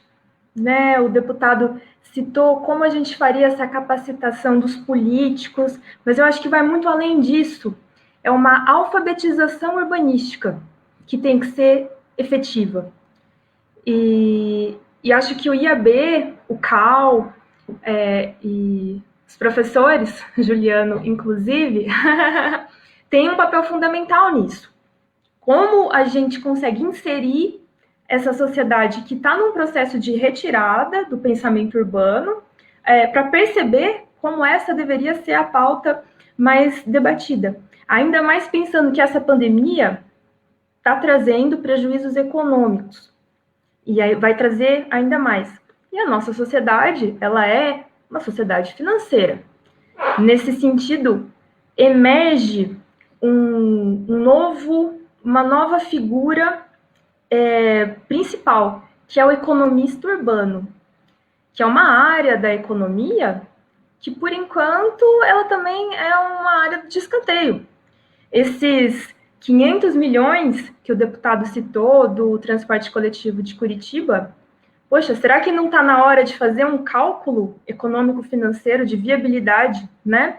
Para ver se, de repente, um outro estilo de gestão de transporte coletivo não seria muito mais barato, como o Vargem Grande Paulista fez e viu que valia mais a pena operar de graça a própria prefeitura, né, do que fazer uma concessão por licitação. Lembrando, né, são 2 tipos de operação no Brasil que podem acontecer. Um edital de licitação que contrata uma empresa para gerir esse serviço, e pode ter uma operação direta, feita pelo próprio município, que é muito mais barato, e você pode incluir muitos valores sociais nesse tipo de operação, mas é uma operação temida, porque o nosso conjunto de leis dificulta esse tipo de operação. E aí entra o papel do Estado, né? Como a gente pode trabalhar juntos, nós técnicos, que sabemos os empecilhos, com os políticos, com os presidentes de classe, como a gente pode começar essa mudança. Os municípios que eu trabalho, que não são grandes municípios ainda, eu tenho vontade de trabalhar com os grandes também, no futuro, mas os municípios de pequeno e médio porte, eles fogem dessa operação direta. Isso significa que eles precisam fazer uma contratação de um novo funcionário, existe um risco para a prefeitura, então às vezes é melhor para o município contratar uma empresa, né, pagando mais, tendo um serviço pior, por causa desses empecilhos legais e de qualificação técnica da própria gestão municipal. Então, a gente precisa de uma tarefa didática para início de conversa, que tem esse respaldo econômico. Quando o município pensa em subsídio de transporte coletivo, ele arrepia até o cabelo, porque, nossa, a prefeitura vai gastar dinheiro. E é muito interessante isso, porque quando você quantifica o custo municipal com o transporte automotivo, você cai de costas. Ele é totalmente inviável. E se a gente consegue fazer isso, essa comunicação de uma forma didática, com esse respaldo econômico, a gente conseguiria mudar esse cenário de mobilidade no Brasil, tá? Mas é um grande desafio, porque quando você atinge essa compreensão, você se tornou muito técnico. Eu tenho os meus amigos engenheiros de tráfego, e todo mundo do transporte já sacou isso, mas como a gente consegue uma linguagem possível para ser digerida pela população, e quem dos políticos está com vontade de levantar essa bandeira e disseminar isso no público? A gente só está colocando pergunta nesse debate, né? A gente não está dando muita resposta.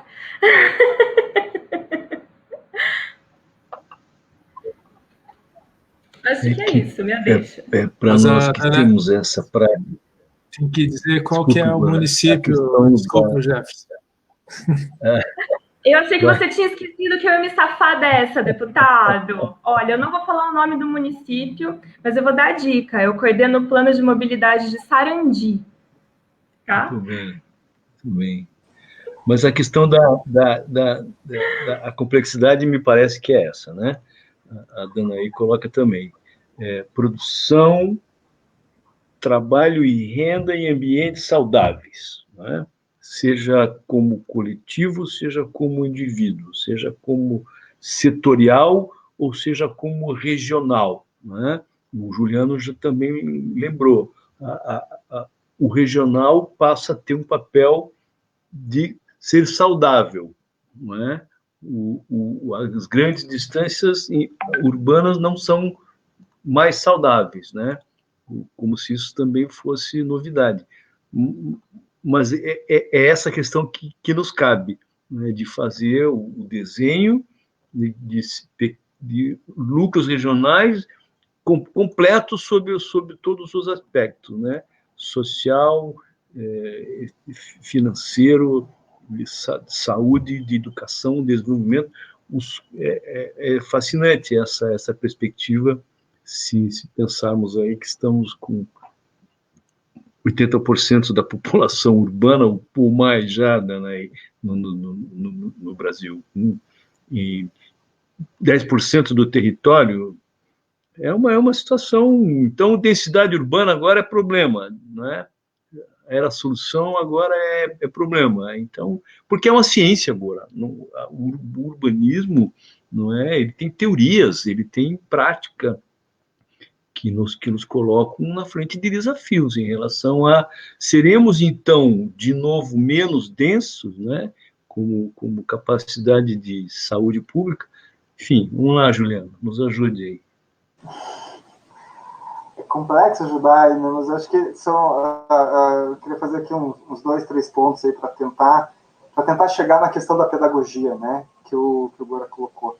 A primeira coisa é que eu lembro do Emílio de Menezes, um poeta curitibano lá do século XIX, virado para o século XX, né? Curitibano, foi da Academia Brasileira de Letras, faleceu no Rio de Janeiro. E ele dizia que em Curitiba os sapos e os pobres são jogados para cada vez mais longe.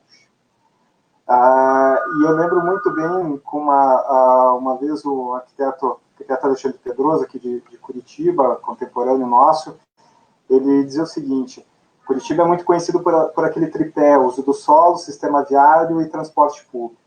Se você colocar nesse tripé a moradia social, ele não sustenta, porque ele não encaixa. A gente vê que o planejamento urbano de Curitiba não fecha, né? Porque essas questões sociais, elas não entram nesse debate técnico e político, né? E aqui eu faço um amarro para um texto do FHC, mas não se preocupe, é um texto dele dos anos 60, é do FHC sociólogo, não do FHC político, que ele discutia muito essa diferença entre técnicos e políticos. Ele dizia assim, quanto mais dividir, uma coisa são os técnicos, outra coisa são os políticos, pior é o debate, né? Ou os técnicos fazem política e os políticos precisam debater a técnica, ou é muito complexo você fazer essa pedagogia se a gente se fechar em alguns polos, porque aí cada vez, como a Danaí falou, cada vez os técnicos são mais técnicos e os políticos serão mais políticos. E aí que pedagogia que a gente vai ter para isso? E eu sou favorável nesse sentido uma pedagogia mais pé na porta.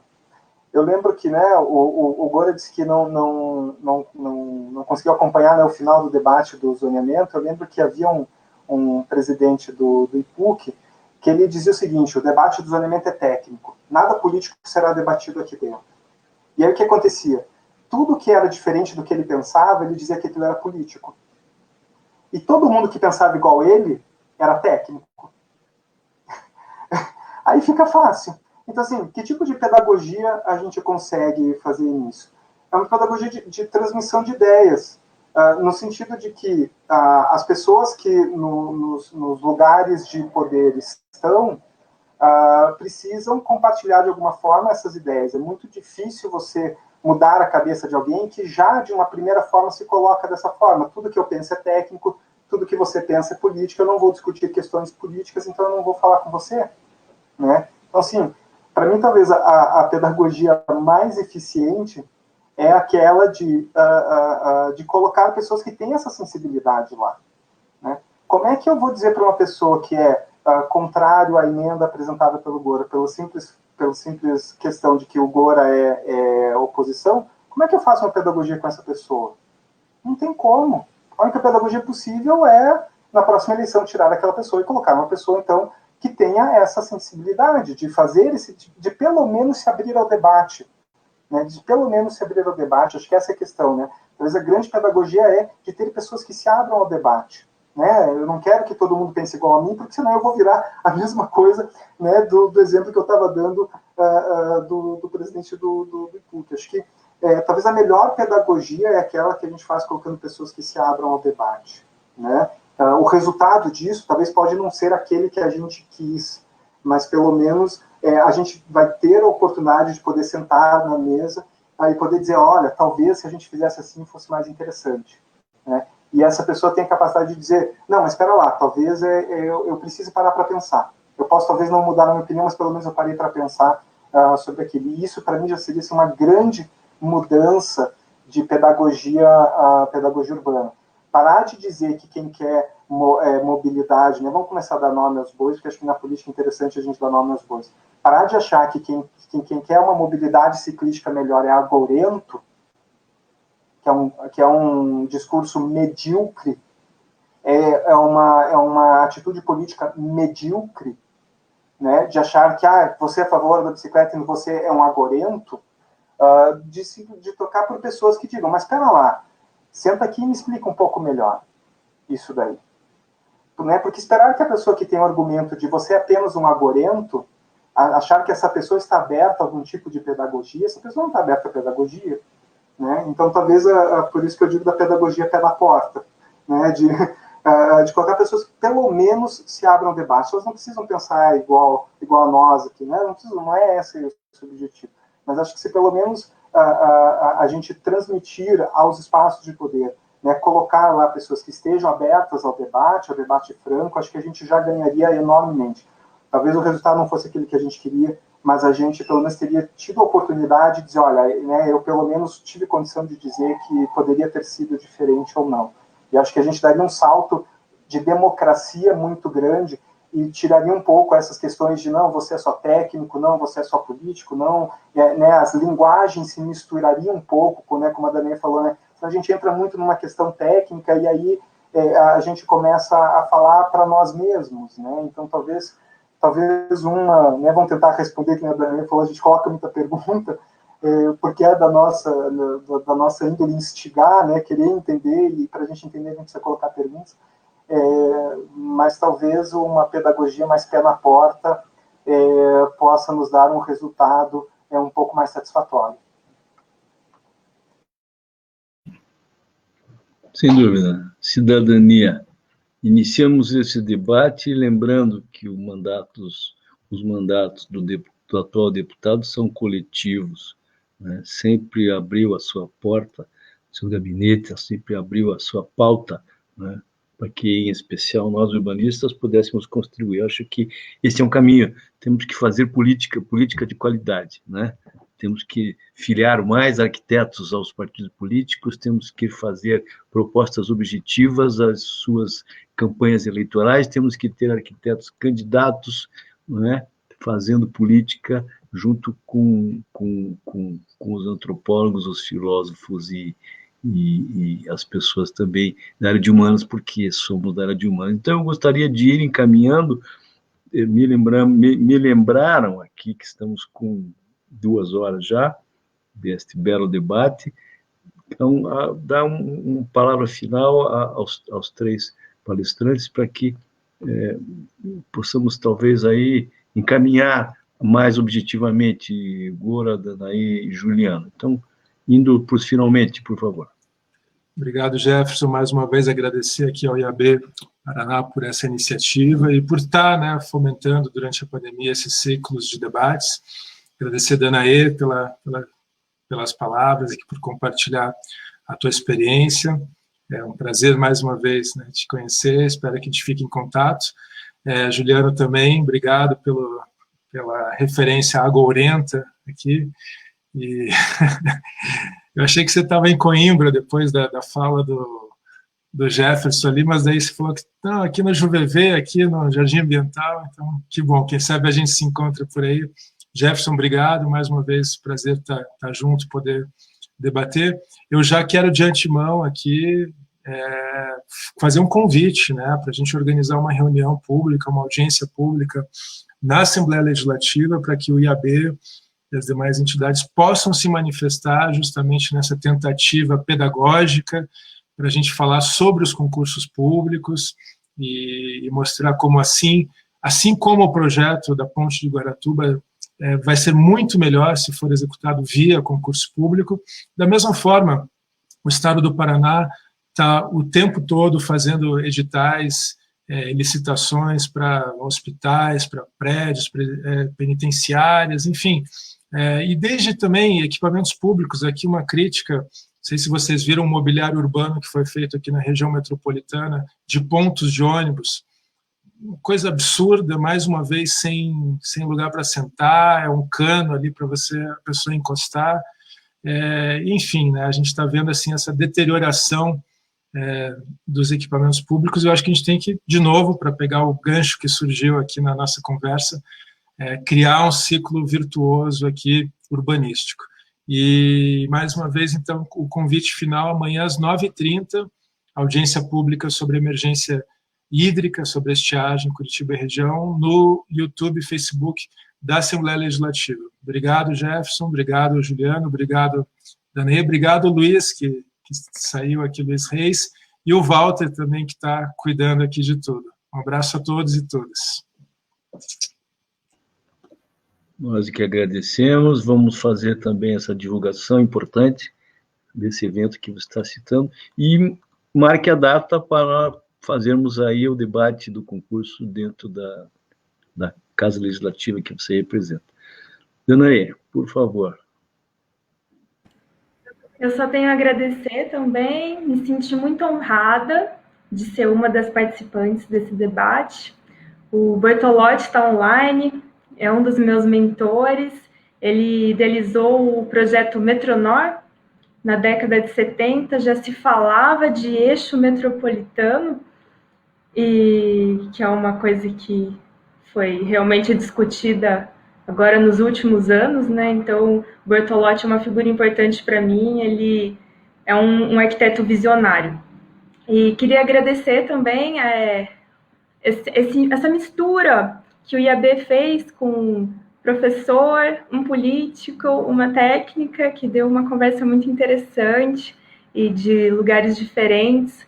Luiz, Jefferson, pelo trabalho incrível. Esses debates do IAB também se encaixam nesse processo que a gente estava discutindo de alfabetização urbanística, né? A divulgação de debates urbanos, de certa forma, vão qualificando as pessoas, instigando esses pensamentos sobre o meio que elas vivem.